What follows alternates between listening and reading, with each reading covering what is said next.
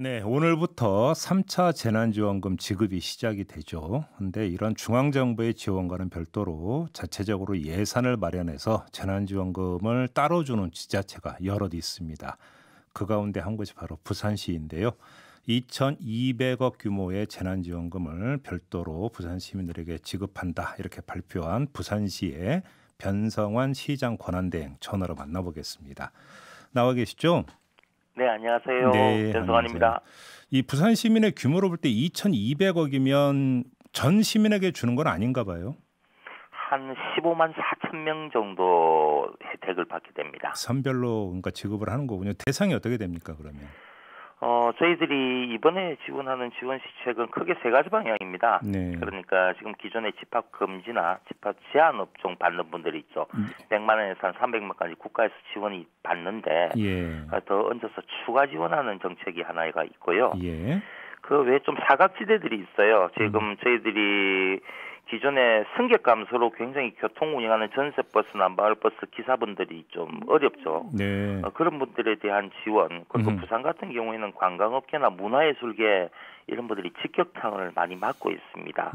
그런 분들에 대한 지원들, 그리고 또 이런 사각지대에 대한 추가 지원이 또 있고요. 마지막으로 이제 자금이 좀 꼭 필요한 분들이 소상공인들이 경영안전 특별 금융을 많이 받습니다. 지금 국가 차원이나 지방 차원에서 네. 거기에 부담을 완화하는 이자를 추가 지원한다든지 그런 대책들이 좀 포함이 돼 있죠. 네. 지금 그 대행께서 전세버스 기사, 그다음에 마을버스 기사를 말씀해 주셨는데 부산 네네. 같은 경우는 버스 준 공영제가 아닌가 봐요. 버스 준공영제 제가 그래서 버스 준공영제를 시행을 하고 있기 때문에 예. 일반 버스는 그 준공에 따라서 지원이 되는 거고 거기에서 제외되는 전세버스나 마을버스는 준공영제가 아니죠. 마을버스는 아닌가 봐요. 그렇죠. 그러면. 예. 그래서 사각지대이기 때문에 지원을 하는 겁니다. 그렇게 되는 거군요. 그럼 애당초 그 보편 지급은 전혀 검토를 안 하셨던 거예요?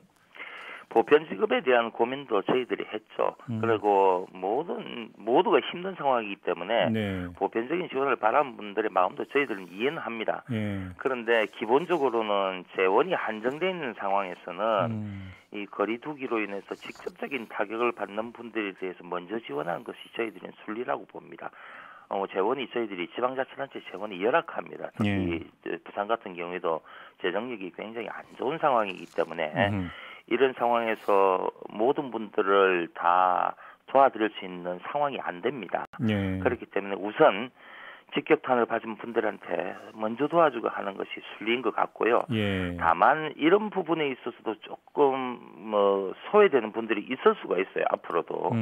그래서 앞으로도 저희들이 이런 부분에 대해서는 계속 모니터링을 좀 하면서 추가 지원할 방안이 없는지 고민을 계속 하도록 할 계획입니다. 그럼 아무튼 15만 4천 명 정도가 수혜 대상이라고 했는데 1인당으로 따지면 어느 정도를 받을 수 있는 거예요? 15만 4천 분이 방금 말씀하신 개인별로 지급되는 게 아니고 네. 그런 업체별로 이렇게 하기 때문에 앞서 말씀드렸다시피 유흥 시설이나 그다음 실내 체육시설, 놀이연습장 이렇게 저희들이 집합 금지를 한 업체에 대해서는 업체당 100만 원을 더 추가를 하는 거고요. 100만 원. 예, 그리고 식당, 카페 이런 집합 제한 업종에 대해서는 업체당 50만 원씩 지원하는.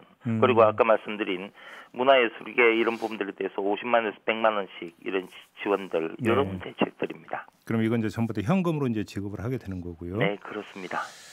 알겠습니다. 근데 지금 이게 이제 코로나로부터 빚어진 거기 때문에 이것도 좀 함께 여쭤보고 싶은 건데 이게 이제 부산시 소관인지 아니면 해당 구청 소관인지는 좀 물론 갈라서 질문을 좀 드리긴 해야 되겠습니다만 지금 그 집합 제한에도 불구하고 뭐 1,000명 모여서 그래서 예배를 보는 어떤 교회가 부산시 관내에 있지 않습니까? 예, 있습니다. 두 군데가 지금 발생하고 있죠. 이런 문제에 대한 좀 더 강도 높은 대책이 좀 강구가 돼야 되는 거 아닙니까, 사실은?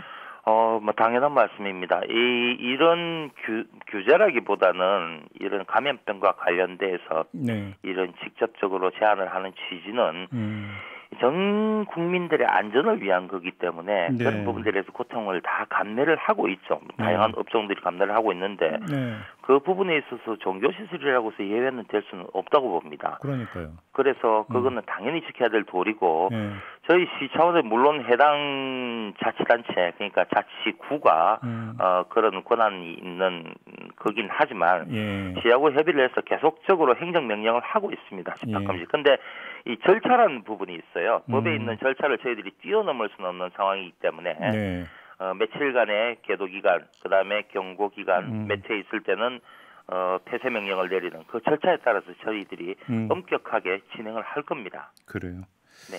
알겠습니다. 저 뭐 그 대행님이 연결함에 그 한 김에 이제 부산의 이제 최대 지금 그 지역 이슈는 가덕도 신공항 문제 아닙니까?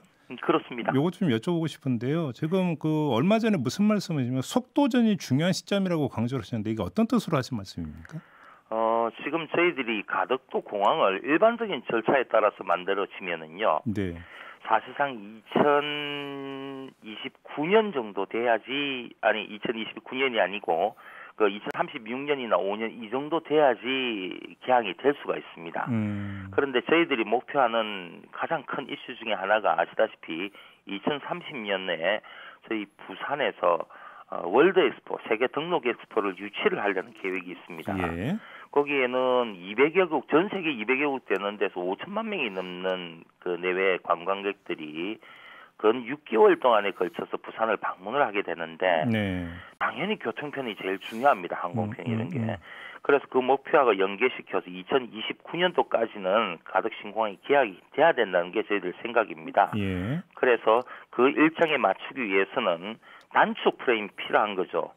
그래서 지금 뭐 여야 간의 공의 가덕 신공항 특별법이 국회에 발의가 되어 있는 상태이기 때문에 예. 그 법안에는 사전 타당성 조사라든지 예타 조사라든지 이런 사전적인 절차를 압축적으로 단축할 수 있는 그런 내용들이 들어 있습니다. 그래서 그 법이 2월 달까지 반드시 통과가 되어야지만이 2029년까지 가덕 신공항이 개항이 될 수 있다는 겁니다. 그런 차원에서 이 빠른 속도가 필요하다는 그런 의미입니다. 중앙정부하고는 혹시 좀 얘기가 진행이 되는 게 있습니까?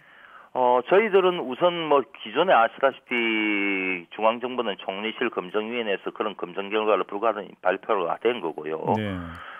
지금 여야 간에 그런 절차를 빨리 진행시키기 위한 그런 내용들이 특별법으로 통과가 되면은 네. 국토부도 그 법적인 절차에 따라서 향후에 속도를 내리라고 봅니다. 근데 지금 중앙정부는 가덕도에 신공항을 세운다고 최종 결정을 한 건 아니죠, 아직은.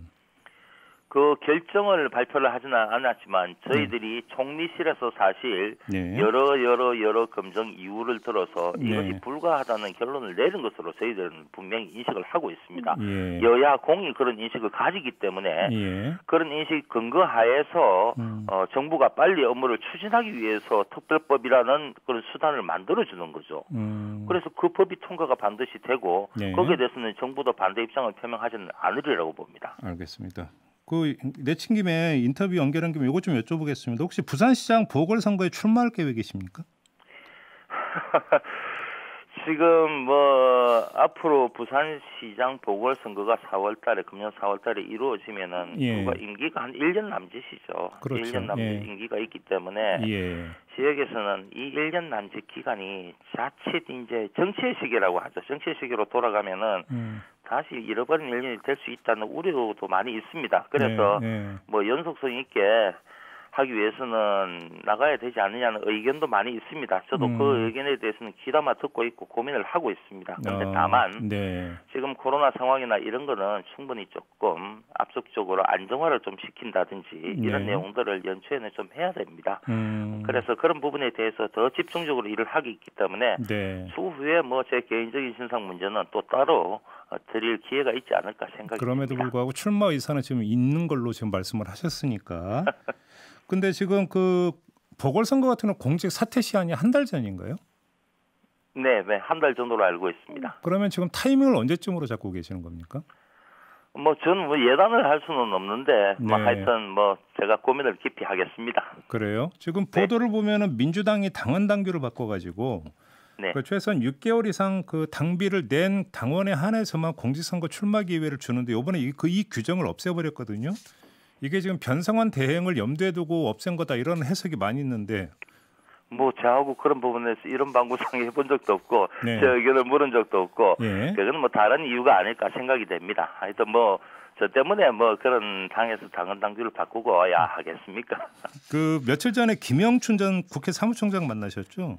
예, 만나 뵀습니다. 찾아오셨습니다. 그래 혹시 이 자리에서 선거 이야기가 좀 있었습니까? 뭐 선거 얘기를 보다는 아무래도 김현춘 전 사무총장님께서도 가장 관심을 가지고 있는 부분이 부산의 네. 발전이죠. 예. 그래서 가덕공항과 관련되는 이런 걸 특별법을 빨리 통과를 시키고 부산 발전의 이런 논의가 주된 내용이었습니다. 그래요? 그리고 뭐 덕담으로 뭐 향후에 혹시 나오면은 적극적으로 좋은 모습으로 경쟁을 하자 그런 말씀은 하셨습니다. 근데 아무래도 만약에 출마를 하실 거면은 그 민주당 내부 경선을 거쳐야 되기 때문에 1월 말 2월 초에는 결심을 하셔야 되는 거 아닌가요? 뭐 그 시기는 제가 말씀드렸듯이 거기에 만약에 나가게 되면은 네. 거기에 맞춰서 당연히 해야 되는 거고요. 예. 뭐 그런 부분에 대해서는 순리대로 따르도록 하겠습니다. 그래요. 알겠습니다. 아무튼 출마 의사가 있다는 점을 좀 오늘 확인을 하게 되네요, 대행님. 맞죠? 알겠습니다. 이후 또 뭐 다시 입장 표명이 있을 테니까 그때를 좀 기약을 하면서 오늘 인터뷰는 마무리를 할게요. 고맙습니다. 네, 고맙습니다. 네, 지금까지 변성환 부산시장 권한대행이었습니다.